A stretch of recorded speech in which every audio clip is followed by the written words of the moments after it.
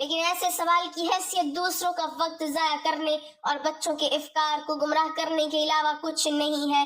لیکن ابھی تک اپنے سوال کا جواب مانگنے پر اصرار کر رہے ہو۔ کیا تم گنتی اور حساب جانتے ہو اور 1000 سے لے کر 10,000 تک گنتی کر سکتے ہو؟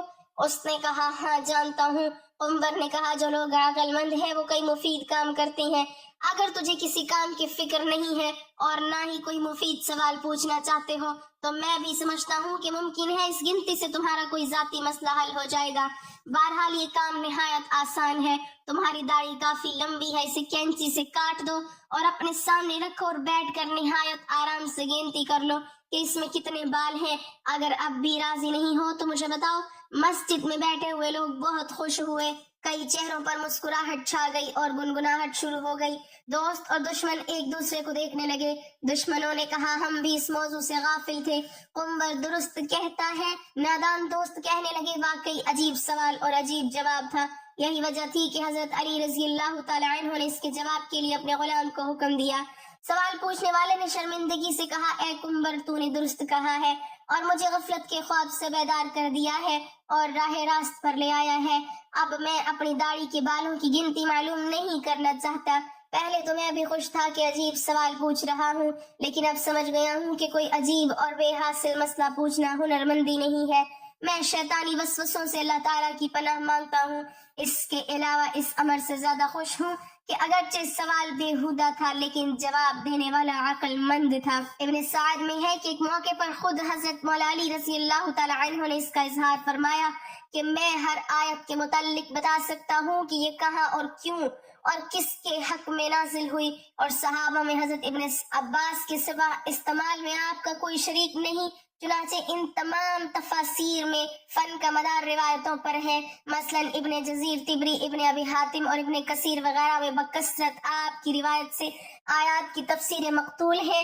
ابن سعد میں ہے کہ آپ نے حضور صلی اللہ علیہ وسلم کی وفات کے 6 مہینے تک جو گوشہ نشینی اختیار کی اس میں آپ نے قرآن مجید کی تمام سورتوں کو نزول کی ترتیب سے مرتب کیا تھا۔ ابن ندیب نے کتاب الفہرست میں سورتوں کی اس ترتیب کو نقل کیا ہے۔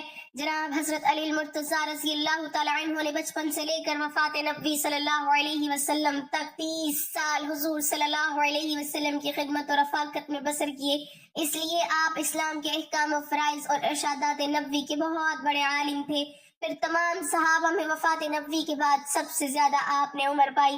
حضرت صلی اللہ علیہ وسلم کے بعد تقریباً 30 برس تک ارشادات و افادات کی مسند پر جلوہ کر رہی مشکل سے مشکل اور پیچیدہ سے پیچیدہ مسائل تہ تک آپ کی نقطہ نظر آسانی سے پہنچ جاتی تھی۔ یمن میں آپ نے 2 عجیب و غریب مقدمات کا فیصلہ کیا۔ یمن نیا نیا مسلمان ہوا تھا، پرانی باتیں بھی تازہ تھیں۔ ایک دفعہ ایک عورت نامولود بچے کو لے کر ہمراہ 3 مردوں کی حضرت مولا علی رضی اللہ تعالی عنہ کی بارگاہ میں پیش ہوئی۔ ان تینوں مردوں کا یہ دعویٰ تھا کہ عورت کے ہاتھ میں جو بچہ ہے وہ میرا ہے۔ حضرت مولا علی رضی اللہ تعالی عنہ نے اس عورت سے فرمایا کہ کیا تم بتا سکتی ہو کہ یہ بچہ کس کا ہے؟ اس عورت نے کہا یا علی میں کس طرح بتا سکتی ہوں، میں یہ اقرار نہیں کر سکتی۔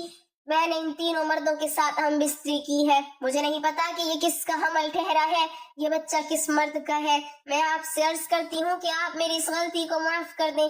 پاس بیٹھے سب لوگ سکتے میں آ گئے اور کہنے لگے کہ آج تو علی بھی فیصلہ نہ کر پائیں گے۔ پھر حضرت علی رضی اللہ تعالی عنہ نے پوچھا تم تینوں میں سے اس عورت کا شوہر کون ہے؟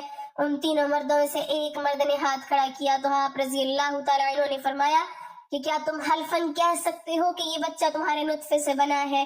شوہر نے حضرت علی رضی اللہ تعالی عنہ سے عرض کیا نہیں، حضور میں اپنی بیوی کی بدکاری دیکھ کر کبھی بھی یقین سے نہیں کہہ سکتا کہ یہ بچہ میرا ہے یا پھر کسی اور کا ہے۔ وہاں بہت سے لوگ بیٹھے ہوئے تھے، وہ اس بات کو سوچ رہے تھے کہ یہ بہت ہی پیچیدہ مسئلہ ہے، اس کا حل کس طرح سے ہوگا۔